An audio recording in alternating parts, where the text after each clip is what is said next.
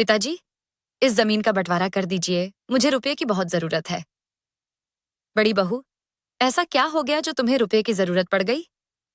अगर कोई समस्या आ गई है तो मुझे बताओ, मैं तुम्हारी मदद करूंगा। ससुर जी की बात सुनकर अनन्या फूट फूट कर रोने लगी। बड़ी बहू को इस तरह रोता हुआ देखकर रमेश चंद्र जी बहुत परेशान हो गए। फिर अनन्या ने जो बताया, उसे सुनकर रमेश चंद्र जी के पैरों तले जमीन खिसक गई। रमेश चंद्र गुप्ता का छोटा सा परिवार है, जिसमें 2 बेटे, अजय गुप्ता और रोहन गुप्ता, 2 बहुएं, अनन्या गुप्ता और प्रिया गुप्ता, और एक पोता, अमित गुप्ता शामिल हैं। रमेश चंद्र की पत्नी सुधा गुप्ता एक बीमारी के चलते 7 साल पहले यानी 2018 में उन्हें छोड़कर चली गई थीं। तब उनके बड़े बेटे अजय की शादी अनन्या से हो चुकी थी। सुधा जी के चले जाने के बाद पूरा परिवार टूट गया था। रोहन अपनी माँ का बहुत लाडला था। उसे संभालने में थोड़ा समय लगा, लेकिन अनन्या की वजह से वह संभल गया। अनन्या ने रोहन को कभी माँ की कमी महसूस नहीं होने दी। वह भाभी बनकर नहीं, बल्कि माँ बनकर रोहन का ख्याल रखती थी। इसीलिए रोहन अपनी भाभी को भाभी माँ कहकर बुलाता था। सुधा जी को गुजरे हुए 2 साल हो गए थे। अनन्या ने बड़ी बहू होने की जिम्मेदारी बहुत अच्छे से निभाई थी। उसने पूरा घर बहुत अच्छे से संभाल लिया था, कभी किसी को शिकायत का मौका नहीं दिया। रमेश चंद्र जी का बड़ा बेटा अजय एक अध्यापक है और उनका छोटा बेटा रोहन सॉफ्टवेयर इंजीनियर है। अनन्या ने भी बीएड कर रखा था, लेकिन अभी तक उसे ऐसा कोई मौका नहीं मिला कि वह फॉर्म भर सके और टीचर की परीक्षा पास कर सके। धीरे धीरे दिन गुजरते चले गए। फिर एक दिन रोहन के लिए रिश्ता आया। रमेश चंद्र जी ने लड़की की फोटो रोहन को दिखाई तो उसने कहा, पिताजी, मैं किसी को पसंद करता हूं और उसी से शादी करना चाहता हूं। उसका नाम प्रिया है और वह मेरे साथ मेरे ही ऑफिस में काम करती है। रमेश चंद्र जी ने कहा, बेटा, ठीक है, जब तुम अपनी पसंद से शादी करना चाहते हो तो मुझे कोई ऐतराज नहीं। क्या तुम एक बार हम सबको प्रिया से मिलवा सकते हो? हाँ, पिताजी, क्यों नहीं? मैं रविवार को उसे यहाँ बुला लेता हूँ, आप सब उससे मिल लीजिए। चलो, ठीक है। अब तुम आराम करो, मैं जरा अपने दोस्तों से मिलकर आता हूँ। रमेश चंद्र जी अपने दोस्तों से मिलने चले गए। इसके बाद रोहन अपनी भाभी के पास गया और बोला, भाभी माँ, मैं आपसे किसी को मिलवाना चाहता हूँ। अनन्या ने पूछा, देवर जी, कौन है जिससे आप मुझे मिलवाना चाहते हैं? रोहन ने बताया, भाभी माँ, आज पिताजी ने मुझसे शादी की बात की, तो मैंने उन्हें बता दिया कि मैं प्रिया को पसंद करता हूँ। इसीलिए पिताजी प्रिया से मिलना चाहते हैं। लेकिन मैं चाहता हूँ कि पिताजी से मिलवाने से पहले मैं प्रिया को आपसे मिलवा दूं। आप प्रिया से मिल लीजिए और बताइए कि वह आपको कैसी लगी। उसके बाद ही मैं भैया और पिताजी से मिलवाऊंगा। अनन्या ने कहा, देखो देवर जी, मुझे मिलने में कोई ऐतराज नहीं, लेकिन जब आप दोनों एक दूसरे को पसंद करते हैं तो बात यहीं खत्म हो जाती है।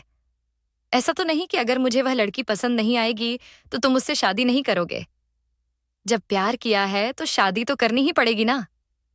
अच्छा, ठीक है भाभी, मैं सिर्फ आपसे ही नहीं बल्कि घर के सभी लोगों से मिलवा देता हूँ। इस रविवार को मैं उसे घर बुला रहा हूँ। ठीक है देवर जी, तुम उसे बुला लो। हम सब उससे मिल लेंगे और उसी समय शादी भी तय कर देंगे। एक काम और करो, प्रिया के साथ साथ उसके मम्मी पापा को भी बुला लेना। ठीक है भाभी, कहकर रोहन अपने कमरे में चला गया। रविवार को प्रिया अपने मम्मी पापा के साथ रोहन के घर आई। प्रिया देखने में बहुत सुंदर थी और जिस तरह से वह व्यवहार कर रही थी, उसे देखकर सभी को वह बहुत पसंद आई। अनन्या को भी प्रिया से मिलकर बहुत खुशी हुई। वह मन ही मन सोच रही थी कि अब कोई उसका साथ देने वाला आ जाएगा। दोनों की शादी तय हो गई और कुछ दिनों बाद रोहन और प्रिया की शादी बहुत धूमधाम से संपन्न हो गई। शादी इतने भव्य तरीके से हुई थी कि सभी लोग तारीफ कर रहे थे। रोहन सुधा जी का बहुत लाडला था, इसलिए सुधा जी हमेशा चाहती थीं कि उसकी शादी बहुत धूमधाम से हो। इसीलिए रमेश चंद्र जी ने अपनी स्वर्गीय पत्नी की इच्छा पूरी की। प्रिया ने छोटी बहू बनकर रमेश चंद्र गुप्ता निवास में गृह प्रवेश किया। 2 दिनों में सारी रस्में पूरी हो गईं। इसके बाद रोहन और प्रिया हनीमून के लिए मालदीव निकल गए। शादी के बाद का घर था, इसलिए पूरी तरह बिखरा हुआ था। उसे सही करने में अनन्या को लगभग 1 हफ्ते का समय लगा। इस 1 हफ्ते में अनन्या ने पूरे घर को चमका दिया था। रमेश चंद्र जी मन ही मन सोचते थे कि जरूर पिछले जन्म में उन्होंने बहुत पुण्य किए होंगे जो उन्हें बड़ी बहू के रूप में अनन्या मिली। अगर कभी अनन्या को किसी की बात का बुरा लगता तो वह अपनी बात को सबके सामने रखना बहुत अच्छे से जानती थी। वह किसी भी बात पर आपा नहीं खोती थी, बल्कि उस समस्या का समाधान करती थी। रोहन और प्रिया अपने हनीमून से वापस आ चुके थे। 2 दिन बाद प्रिया अपने मायके चली गई थी और रोहन की छुट्टियां भी खत्म हो गई थीं, इसलिए वह अपने काम पर वापस चला गया। एक दिन अनन्या छत पर कपड़े सुखाने जा रही थी। वह सीढ़ियां चढ़ने ही वाली थी कि अचानक उसे चक्कर आ गया और वह गिर पड़ी। अजय तैयार होकर बाहर आ रहा था। जैसे ही उसने देखा कि अनन्या गिर गई है, उसने दौड़कर उसे उठाया और अपने पिताजी को बुलाया। अनन्या को कमरे में ले जाया गया और उसके ऊपर पानी की छींटें मारी गईं। थोड़ी देर में अनन्या को होश आ गया। अजय ने पूछा, क्या हुआ अनन्या? तुम्हारी तबीयत ठीक नहीं है क्या? अनन्या ने कहा, ऐसा तो कुछ भी नहीं है, लेकिन पिछले 1 हफ्ते से पता नहीं क्यों मुझे चक्कर आ रहे हैं और उल्टी जैसा महसूस होता है। अजय ने कहा, चलो अनन्या, मैं तुम्हें डॉक्टर को दिखा देता हूं। रिस्क लेना ठीक नहीं है। कई बार छोटी छोटी बीमारियों पर हम ध्यान नहीं देते और आगे चलकर वे विकराल रूप ले लेती हैं। अजय अनन्या को लेकर अस्पताल गया। वहां पता चला कि अनन्या मां बनने वाली है। घर में खुशियों का माहौल हो गया। अनन्या ने रोहन को फोन करके बताया कि वह चाचा बनने वाला है। इस बात से रोहन भी बहुत खुश था, लेकिन प्रिया के चेहरे से ऐसा नहीं लग रहा था कि वह खुश थी। प्रिया जब अपने मायके गई थी तो वहां से सीधे बेंगलुरु चली गई थी, ससुराल वापस नहीं आई। जब रमेश चंद्र जी ने उसे फोन करके बुलाया था तो उसने कहा था कि रोहन के बिना उसका वहां मन नहीं लगता, इसीलिए वह ससुराल नहीं आएगी, बल्कि सीधे रोहन के पास बेंगलुरु जा रही है। जैसा प्रिया ने कहा, उसने वैसा ही किया। रमेश चंद्र जी और अजय अपने छोटे मोटे काम खुद कर लिया करते थे, जिससे अनन्या के काम का बोझ थोड़ा कम हो जाता था। धीरे धीरे 8 महीने गुजर गए। एक दिन अचानक अनन्या के पेट में तेज दर्द होने लगा। अजय तुरंत उसे डॉक्टर के पास ले गया। डॉक्टर ने बताया कि अब उसे पूरी तरह बेड रेस्ट की जरूरत है। अजय ने स्कूल से 1 महीने की छुट्टी ले ली थी ताकि अनन्या की देखभाल कर सके। रमेश चंद्र जी ने एक दिन रोहन को फोन किया और कहा, रोहन, प्रिया से कह दो कि 15 दिन की छुट्टी लेकर बहू के पास आ जाए। डॉक्टर ने अनन्या को पूरी तरह बेड रेस्ट करने को कहा है। इस समय घर में एक औरत का होना बहुत जरूरी है। तुम प्रिया को यहां भेज दो। ठीक है पिताजी, मैं प्रिया से कहता हूं, वह आ जाएगी, कहकर रोहन ने फोन रख दिया। रोहन ने प्रिया से कहा, प्रिया, तुम कुछ दिनों के लिए भाभी के पास चली जाओ, उन्हें तुम्हारी जरूरत है। प्रिया ने तुरंत कहा, मैं कहीं नहीं जा रही। मेरे पास इतना समय नहीं है कि मैं वहां जाकर उनकी नौकरानी बन जाऊं। प्रिया, वह तुम्हारा भी घर है और भाभी भी तुम्हारी अपनी है। अगर तुम उनका काम कर दोगी तो नौकरानी नहीं बन जाओगी। रोहन, देखो, मुझे घुमा फिराकर बात करना नहीं आता। अगर उन्हें घर में किसी की मदद चाहिए तो एक मेड क्यों नहीं रख लेते? जब तक भाभी को बच्चा नहीं हो जाता तब तक मेड रख लो। मुझे अपनी छुट्टियां बर्बाद नहीं करनी। मुझे अपने मायके भी जाना है। तुम्हें पता है ना कि मम्मी का जन्मदिन आने वाला है और उन्होंने मुझे बहुत पहले ही बुलाया था, इसीलिए मैं भाभी के पास नहीं जा सकती। तुम पिताजी को फोन करके कह दो कि घर पर काम के लिए मेड रख लें। रोहन को प्रिया की बातें बिल्कुल अच्छी नहीं लगीं। उसने कहा, प्रिया, तुम्हें पता है ना कि माँ के गुजरने के बाद भाभी ने मुझे कभी माँ की कमी महसूस नहीं होने दी। वह मेरे लिए सिर्फ भाभी नहीं, मेरी भाभी माँ है। आज उनकी जरूरत है और तुम यह सब कह रही हो। इस बात को लेकर रोहन और प्रिया में थोड़ी बहस हो गई। रोहन ने अपने पिताजी को फोन करके कहा, पिताजी, कुछ क्लाइंट बाहर से आ रहे हैं, इसलिए प्रिया को छुट्टी नहीं मिल रही। अगर आप कहें तो मैं छुट्टी लेकर आ जाता हूं। रमेश चंद्र जी ने कहा, बेटा, अगर तुम अपनी भाभी से मिलना चाहते हो तो आ जाओ, कोई बात नहीं। लेकिन इस समय घर में किसी औरत की जरूरत थी। अगर प्रिया आ जाती तो बहुत अच्छा होता, लेकिन अगर उसे छुट्टी नहीं मिली तो कोई बात नहीं, आखिर काम भी तो जरूरी है। रमेश चंद्र जी समझ गए थे कि प्रिया जानबूझकर घर नहीं आना चाहती, लेकिन रोहन कुछ दिनों की छुट्टी लेकर आ गया। रोहन को देखकर अनन्या बहुत खुश हुई, लेकिन जब उसने देखा कि प्रिया नहीं आई तो वह उतनी ही उदास भी हो गई। वह मन ही मन सोच रही थी कि प्रिया अभी तक इस घर में ज्यादा रही नहीं। कोई बात नहीं, लेकिन अब मेरी मुसीबत में तो आएगी ना। रोहन ने अपनी भाभी माँ से उनके हालचाल पूछे और कहा, भाभी, प्रिया को छुट्टी नहीं मिली, इसलिए वह नहीं आ सकी। मैंने यहाँ आने से पहले अपने दोस्त को फोन कर दिया था। उसे एक मेड का इंतजाम करने को कहा है। आज शाम तक या कल सुबह तक बता देगा। अजय को कुछ समझ नहीं आ रहा था कि वह क्या करे। उसने अपनी सासू माँ को फोन किया और सब कुछ बताया। उन्होंने कहा, रोहन बेटा, तुम बिल्कुल चिंता मत करो। मैं आज शाम को ही तुम्हारे पिताजी से बात करती हूँ और कल दोपहर तक आ जाऊंगी। ठीक है मम्मी जी, कहकर रोहन ने फोन रख दिया। अनन्या की मम्मी ने अनन्या के पापा को सारी कहानी बताई। उन्होंने कहा, तुम जल्दी से अनन्या बिटिया के पास जाओ, उसे तुम्हारी जरूरत है। यहाँ की चिंता बिल्कुल मत करो, मैं सब देख लूंगा। अगले दिन दोपहर तक अनन्या की मम्मी उसके पास पहुंच गईं। अनन्या की मम्मी को देखकर रमेश चंद्र जी ने भी सुकून की सांस ली, क्योंकि अभी तक उन्हें अपनी अनन्या बहू की बहुत चिंता हो रही थी। अनन्या की मम्मी उसके कमरे में गईं। जब अनन्या ने अपनी मम्मी को देखा तो उसकी आंखों से आंसू बहने लगे। मम्मी, आप यहाँ कैसे? और पापा नहीं दिखाई दे रहे। पापा को आप घर पर अकेले छोड़कर चली आई? आपको पता है ना कि पापा की तबीयत भी ठीक नहीं रहती। फिर आप अकेले कैसे आ गई? उनकी देखभाल कौन करेगा? उन्होंने कहा, अनन्या, तुम बिल्कुल चिंता मत करो। तुम्हारे पापा बिल्कुल ठीक हैं। अगर उन्हें कोई दिक्कत होगी तो वह यहाँ आ जाएंगे। ठीक है मम्मी, लेकिन आप ये बताओ कि आपको किसने फोन किया? मैंने तो आपको कुछ नहीं बताया। फिर आप यहाँ कैसे? बेटा, कल दामाद जी का फोन आया था। उन्होंने मुझे सब बता दिया, इसलिए मैं आ गई। तुम बिल्कुल चिंता मत करो, मैं हूं ना तुम्हारे साथ। अनन्या ने अपनी मम्मी को गले से लगा लिया और फूट फूट कर रोने लगी। तभी रोहन कमरे में आया। उसने कहा, भाभी, मेड का इंतजाम नहीं हो पा रहा। लगता है 1-2 दिन का समय लगेगा। अनन्या की मम्मी ने कहा, बेटा, तुम बिल्कुल चिंता मत करो। मेड की कोई जरूरत नहीं। जब तक अनन्या को बच्चा नहीं हो जाता, मैं यहीं रहूंगी। ठीक है आंटी जी, कहकर रोहन वहां से चला गया।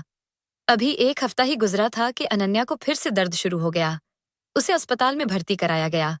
डॉक्टर ने कहा, हमें तुरंत ऑपरेशन करना पड़ेगा, नहीं तो बच्चा और माँ दोनों को खतरा हो सकता है। अनन्या को ओटी में ले जाया गया और वहां उसने एक प्यारे से बेटे को जन्म दिया। सबके चेहरों पर खुशियां साफ दिखाई दे रही थीं। सभी लोग अस्पताल से घर आ गए। छठी का कार्यक्रम होने वाला था। रोहन ने प्रिया से कहा, प्रिया, मुझे तुम्हारा कोई बहाना नहीं सुनना। कुछ दिनों की छुट्टी लेकर चुपचाप यहाँ आ जाओ। प्रिया समझ गई कि रोहन नाराज है। उसने कहा, ठीक है, मैं 15 दिन की छुट्टी लेकर आती हूँ। प्रिया जब घर आई तो उसे देखकर अनन्या बहुत खुश हो गई। रमेश चंद्र जी प्रिया को देखकर मन ही मन सोच रहे थे, प्रिया बहू, तुमने मेरी बड़ी बहू का साथ न देकर अच्छा नहीं किया।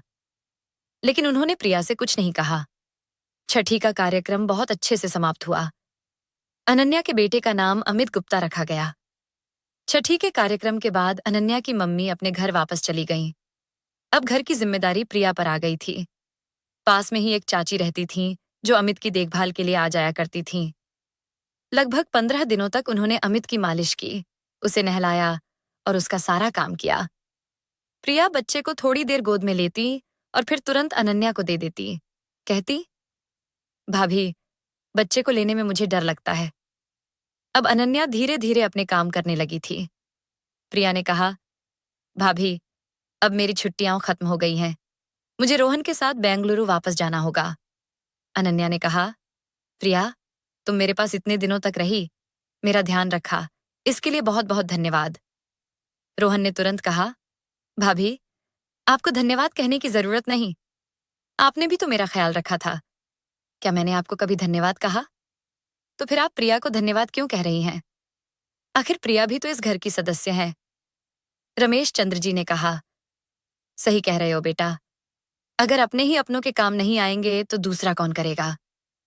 प्रिया मन ही मन सोच रही थी, इन लोगों के प्रवचन खत्म हो तो मैं यहाँ से जाऊं और अपनी पैकिंग शुरू करूं। लेकिन इनके प्रवचन तो खत्म ही नहीं हो रहे। तभी प्रिया ने कहा, आप लोग बात कीजिए, मैं जाकर अपनी पैकिंग कर लेती हूँ, उसमें भी समय लगेगा।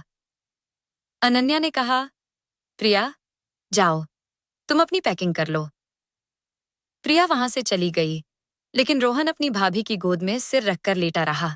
भाभी माँ, अमित के आने से मेरे लिए आपका प्यार कम तो नहीं हो जाएगा ना? कैसी बातें कर रहे हो देवर जी? मेरे लिए मेरे पहले बच्चे तो तुम ही रहोगे। रमेश चंद्र जी सोच रहे थे, कितना खुशकिस्मत हूं मैं, जो मुझे ऐसी बहू मिली जिसने मेरे बेटे को अपना बेटा माना और उसे माँ का प्यार दिया। रमेश चंद्र जी वहां से चले गए। प्रिया की पैकिंग हो गई थी। शाम को उनकी फ्लाइट थी, इसलिए वे दोनों तैयार हो गए। अनन्या अमित को गोद में लिए हॉल में आई। रोहन ने उसे गोद में लिया और थोड़ी देर तक उसके साथ खेला। फिर उसने कहा, भाभी, अब हमें निकलना होगा, नहीं तो लेट हो जाएगा। रोहन ने कैब बुक की और उसमें बैठकर दोनों एयरपोर्ट के लिए निकल गए। अजय ने अपनी 1 महीने की छुट्टी और बढ़ा ली थी। रमेश चंद्र जी अमित के साथ खेलते रहते थे और अनन्या धीरे धीरे घर के काम करने लगी थी। अजय भी घर के कामों में अनन्या की मदद कर देता था।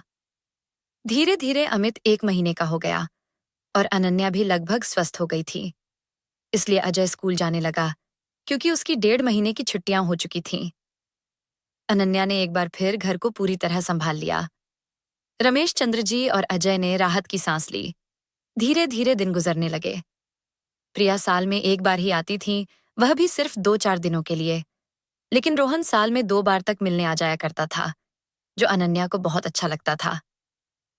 धीरे धीरे दिन गुजरते चले गए और अमित 7 साल का हो गया।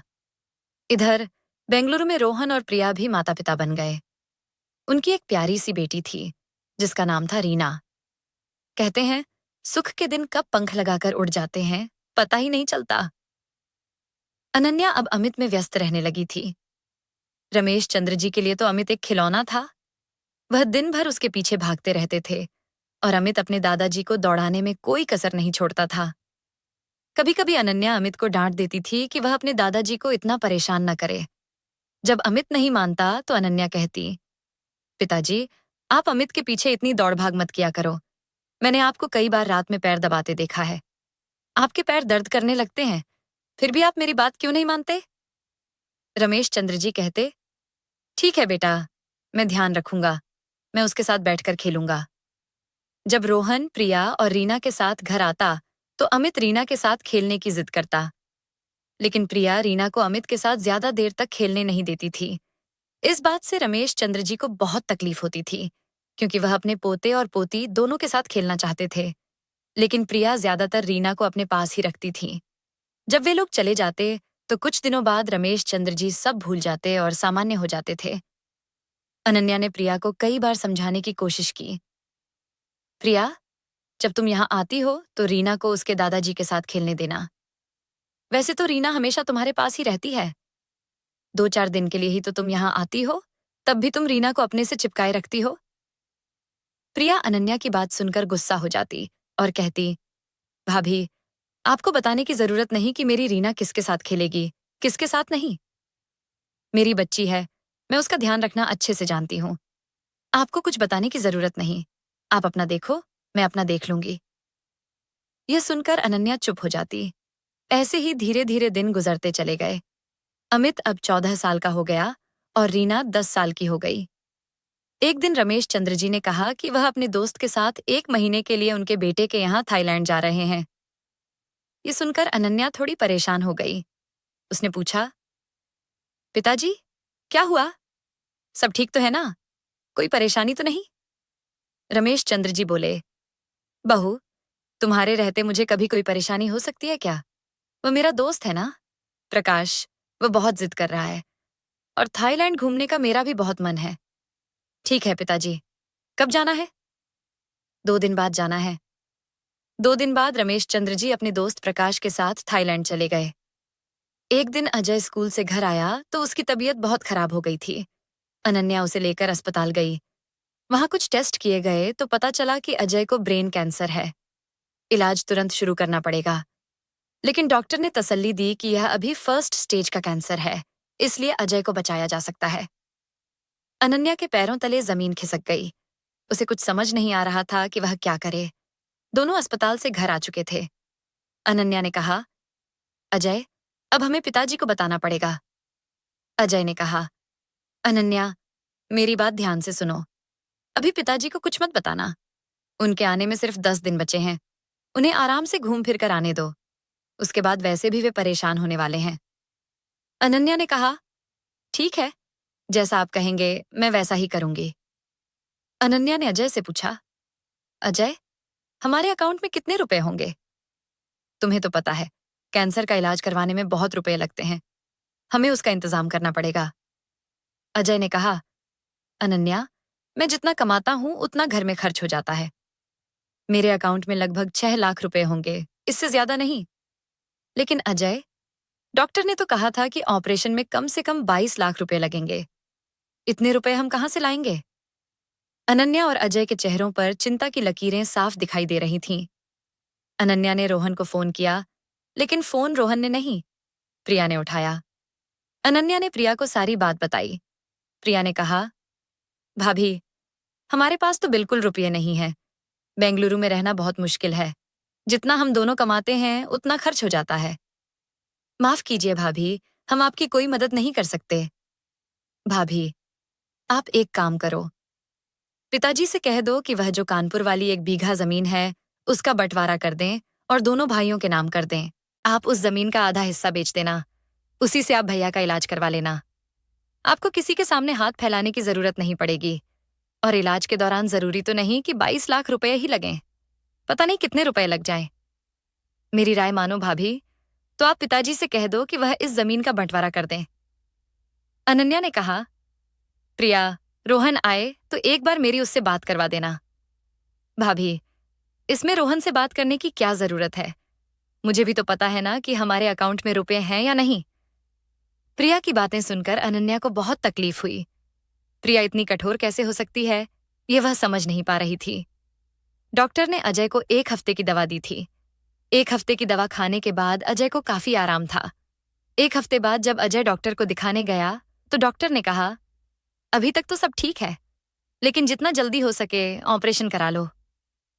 जी, डॉक्टर साहब, 2 दिन बाद पिताजी आने वाले हैं। फिर मैं आपको बताता हूँ। 2 दिन बाद रमेश चंद्र जी घर वापस आ गए। उन्होंने महसूस किया कि घर का माहौल बहुत बदला हुआ लग रहा था। सुबह से शाम हो गई, लेकिन अनन्या के चेहरे पर रमेश चंद्र जी ने एक मुस्कुराहट तक नहीं देखी। अब उन्हें यकीन हो गया कि जरूर कोई बात है। सभी लोग रात का खाना खा चुके थे। अमित थोड़ी देर तक अपने दादाजी से थाईलैंड के बारे में पूछता रहा, फिर सोने चला गया। उसके जाने के बाद रमेश चंद्र जी ने कहा, अनन्या बहू, क्या बात है?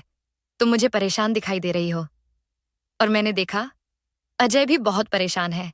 कोई बात हुई है क्या? मुझे बताओ ना।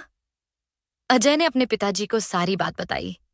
जैसे ही रमेश चंद्र जी को पता चला कि उनके बेटे को ब्रेन कैंसर है, उनकी तो सारी दुनिया ही उजड़ गई। अनन्या ने देखा कि रमेश चंद्र जी के चेहरे से पसीना आने लगा। उसने तुरंत कहा, पिताजी, परेशान होने की जरूरत नहीं। अभी कैंसर की फर्स्ट स्टेज है।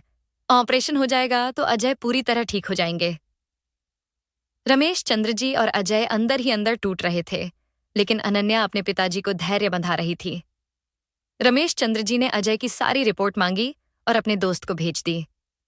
रमेश चंद्र जी के दोस्त प्रकाश जी ने वह सारी रिपोर्ट अपने बेटे को भेज दी। जब प्रकाश जी के बेटे ने थाईलैंड के कैंसर स्पेशलिस्ट को यह रिपोर्ट दिखाई, तो उन्होंने कहा कि परेशान होने की बिल्कुल जरूरत नहीं, वह पूरी तरह ठीक हो जाएंगे। यह सुनकर रमेश चंद्र जी को थोड़ी तसल्ली हुई। अनन्या के मन में अभी भी पैसे का इंतजाम करने की बात चल रही थी। उसने अभी तक अजय को नहीं बताया था कि प्रिया ने उससे क्या कहा था। अनन्या मन ही मन सोच रही थी, रोहन का अभी तक फोन क्यों नहीं आया? क्या उसे अपने भाई की जरा भी फिक्र नहीं? मैंने तो कभी नहीं सोचा था कि रोहन इतना बदल जाएगा। अगले दिन अजय स्कूल चला गया। अनन्या ने रमेश चंद्र जी से कहा, पिताजी, वह जो आपने कानपुर वाली जमीन रोहन और अजय के लिए ली थी, उसका आधा हिस्सा मेरे नाम कर दीजिए। मैं उसे बेचना चाहती हूँ। यह सुनकर रमेश चंद्र जी को बहुत बड़ा धक्का लगा। उन्होंने कहा, बहू, मुझे अपने बेटे का इलाज करवाने के लिए जमीन बांटने की जरूरत नहीं। अभी मैं जिंदा हूं। अपने बेटे का इलाज मैं खुद कर सकता हूं। और यह जमीन बेचने की राय तुम्हें किसने दी? तुम्हारे दिमाग में तो यह कभी नहीं आ सकता। मैं तुम्हें बहुत अच्छे से जानता हूं। अब जो भी बताना है सच बताना। अनन्या ने सारी बात बता दी। रमेश चंद्र जी ने कहा, बहू, तुम्हें पता है, पिछले 17 सालों से जब से अजय की नौकरी लगी है, उसने मुझसे खर्चे के लिए 1 रुपया नहीं मांगा। यहां तक कि मैंने उसे देने की कोशिश की तो उसने मना कर दिया। मेरी सारी पेंशन मेरे अकाउंट में पड़ी है। और बहू, तुम्हें यह जानकर खुशी होगी कि मेरे अकाउंट में आज 20 लाख रुपए हैं। तुम्हें पता है, तुम्हारे पिताजी को आज भी 80,000 रुपए पेंशन मिलती है। तुम बिल्कुल चिंता मत करो, अजय का इलाज मैं करवाऊंगा। मेरा बेटा है वह। और रही बात रोहन की, तो अब उससे मैं बात करूंगा। तुम्हें मेरे और रोहन के बीच में पड़ने की जरूरत नहीं। रमेश चंद्र जी ने रोहन को फोन करके सब कुछ बताया। रोहन फूट फूट कर रोने लगा। उसने कहा, पिताजी, प्रिया ने मुझे कुछ नहीं बताया। प्रिया ने अभी तक जो भी किया, मैंने उसे माफ कर दिया। लेकिन यह बात छुपाकर उसने बहुत गलत किया। इसके लिए मैं उसे कभी माफ नहीं कर सकता। और पिताजी, मेरे अकाउंट में अभी 14 लाख रुपए पड़े हैं। फिर प्रिया ने कैसे कह दिया कि हमारे पास रुपए नहीं हैं? रोहन ने अपने पिताजी का फोन काट दिया। वह कमरे में गया और प्रिया से बोला, प्रिया, तुम्हारे पास भाभी का फोन आया था। उन्होंने तुम्हें बताया था कि बड़े भैया को ब्रेन कैंसर है, लेकिन तुमने इतनी बड़ी बात मुझसे छुपाई। आखिर क्यों? तुम्हारी हिम्मत कैसे हुई मुझसे इतनी बड़ी बात छुपाने की? रोहन ने तुरंत अपना सामान पैक किया और अपने घर के लिए निकल गया। उसने प्रकाश अंकल को फोन किया और उनके बेटे का नंबर लिया। फिर उसे फोन करके उस डॉक्टर का नंबर लिया जहां अजय की रिपोर्ट दिखाई गई थी। थाईलैंड के डॉक्टर ने कहा, आप उन्हें 1 हफ्ते के अंदर लेकर आ जाइए। हम उनका ऑपरेशन कर देंगे। अगर जल्दी आ सकें तो और अच्छा। अगले दिन रोहन अपने घर के सामने खड़ा था। अनन्या ने जैसे ही रोहन को देखा, वह उसके गले लगकर फूट फूट कर रोने लगी। रोहन अपनी भाभी के पैरों में गिर गया और माफी मांगने लगा। अनन्या ने रोहन के लिए चाय बनाई। रोहन ने चाय पी और कहा, भाभी, भैया का सामान पैक कर दो। मैंने थाईलैंड में डॉक्टर से बात कर ली। हम लोग कल ही थाईलैंड के लिए निकल रहे हैं। रमेश चंद्र जी ने कहा, बेटा, तुम्हारे पास कितने रुपए हैं? रोहन ने बताया कि उसके अकाउंट में 14 लाख रुपए हैं। बाकी वह अरेंज कर लेगा। रमेश चंद्र जी बोले, बेटा, अरेंज करने की जरूरत नहीं। बाकी रुपए मैं तुम्हारे अकाउंट में भेज दूंगा। जितने जरूरत हो मुझे बता देना। अगले दिन अजय, अनन्या और रोहन थाईलैंड के लिए निकल गए। अजय का ऑपरेशन सफलतापूर्वक हो गया। यह सुनकर रोहन और अनन्या खुशी से फूले नहीं समा रहे थे। अनन्या ने तुरंत घर पर पिताजी को फोन किया। पिताजी, ऑपरेशन सफल हो गया। अब अजय की जान को कोई खतरा नहीं है। लगभग 15 दिन बाद रोहन और अनन्या अजय को लेकर भारत लौट आए। सभी लोग अजय को देखने आ रहे थे। 2 दिन बाद प्रिया, रीना और अपने माता पिता के साथ उनके दरवाजे पर खड़ी थीं।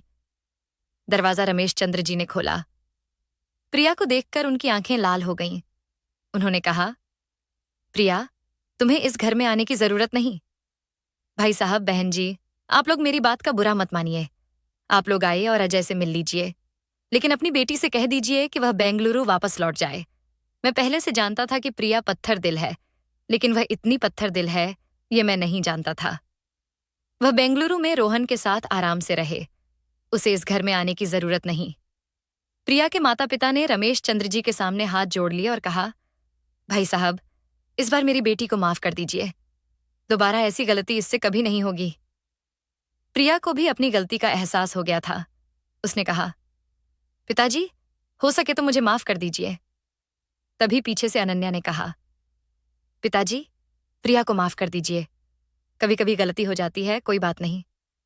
अनन्या बहू, इस बात को यहीं खत्म करते हैं। अब सब ठीक हो गया है तो उसे ठीक ही रहने देते हैं। अजय ने भी कहा, पिताजी, माफ कर दीजिए, घर में आने दो। अजय के ठीक होने से घर में खुशी का माहौल था। भगवान की दया से अजय के ऑपरेशन को आज 12 साल हो गए। अजय बिल्कुल स्वस्थ है। मैं ईश्वर से प्रार्थना करता हूं कि वह हमेशा स्वस्थ रहे। आशा करता हूं कि आपको हमारी कहानी पसंद आई होगी। अगर आपको हमारी कहानी अच्छी लगी तो इसे लाइक और शेयर करें। चैनल को सब्सक्राइब करें। कहानी पढ़ने के लिए आपका धन्यवाद।